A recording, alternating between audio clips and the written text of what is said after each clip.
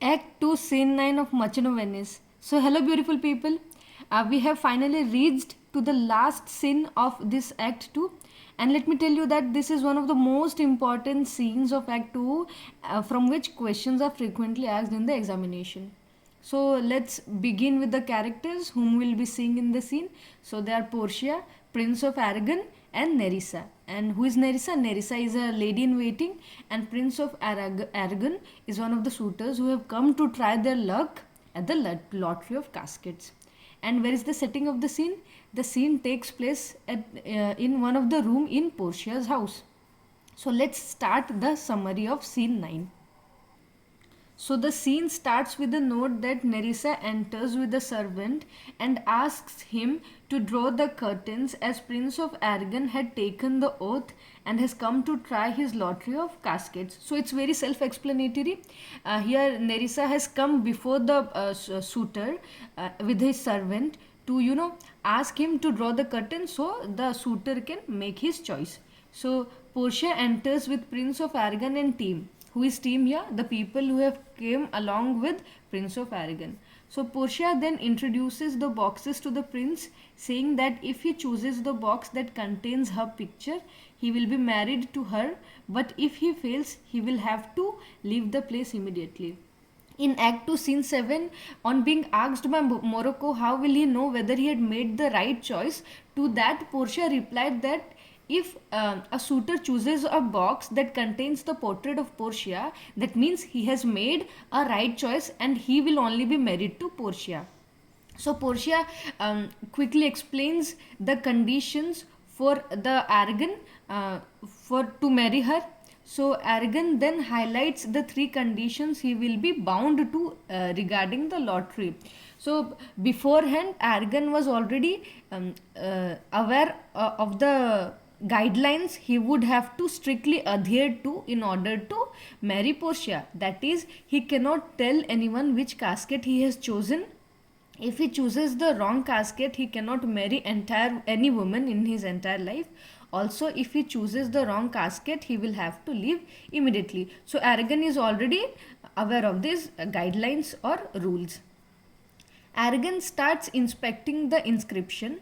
He firstly reads the note on lead casket and reviews that the lead must look fairer for anyone to choose it. Here we see that Aragon how badly reviews the lead caskets by looking at its appearance. He says that lead is too inferior a metal or too dull a metal for anyone to risk or hazard anything for such a cheap thing.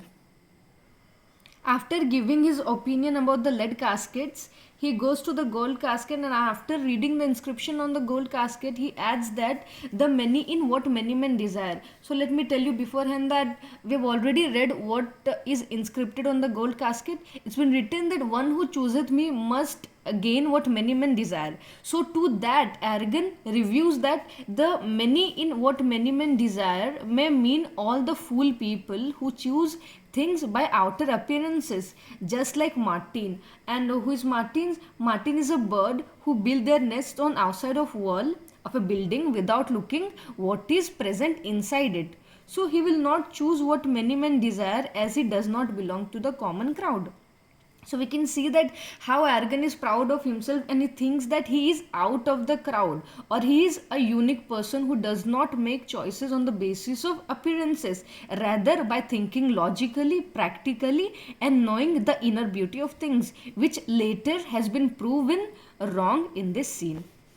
So finally he goes to the silver casket, the only casket that has been left. He reads the inscription and says that it's beautifully inscripted, as no one is going to get beyond their luck and get more than what he deserves. Why did he make this point? Because the inscription on the silver casket read that one who chooseth me must get as much as he deserves. So he says that it has been beautifully inscripted only because what it has been inscripted is wordly true. Okay, why? Because no one is going to get anything beyond their luck. They shall get as much as they deserve.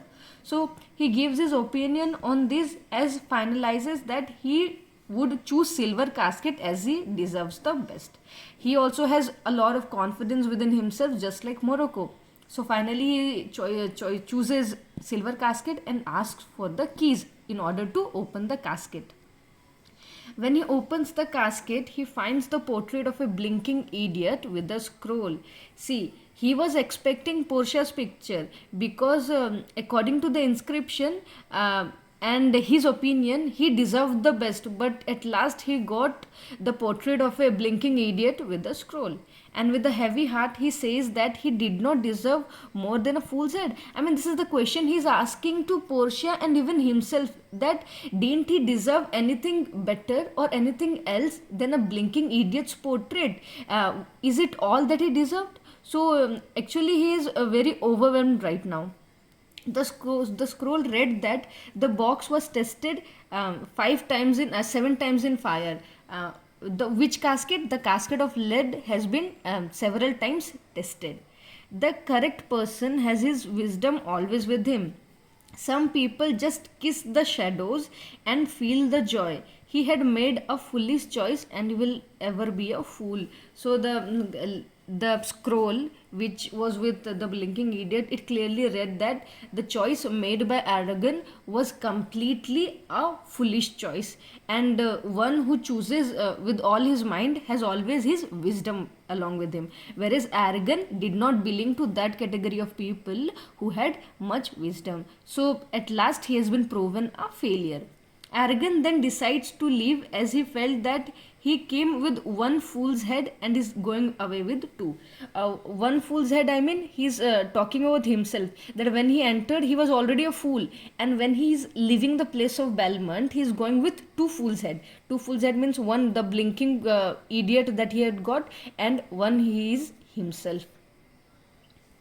When Prince of Aragon leaves the place, Portia very sarcastically says that these fools are like moths who get attracted by burning flames. Here, burning flames describe the outer beauty of things or outer appearances of things which attract people who do not choose anything by wisdom or do not think logically.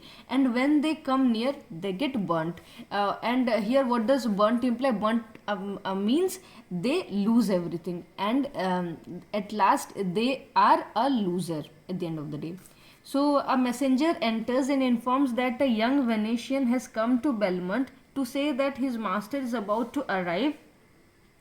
So here we see a suitor will be coming, and he has sent his servant first to give a message to the queen that a suitor will be arriving soon, and with gifts. Also, his gifts and greetings are both polite. To the servant, it proved very polite and very meaningful. So he is the only one suitor whose greetings and gift were liked by the servant. He remarks that he is probably the most promising candidate who would ever come to the place. Nerissa hopes that the candidate is Bassanio.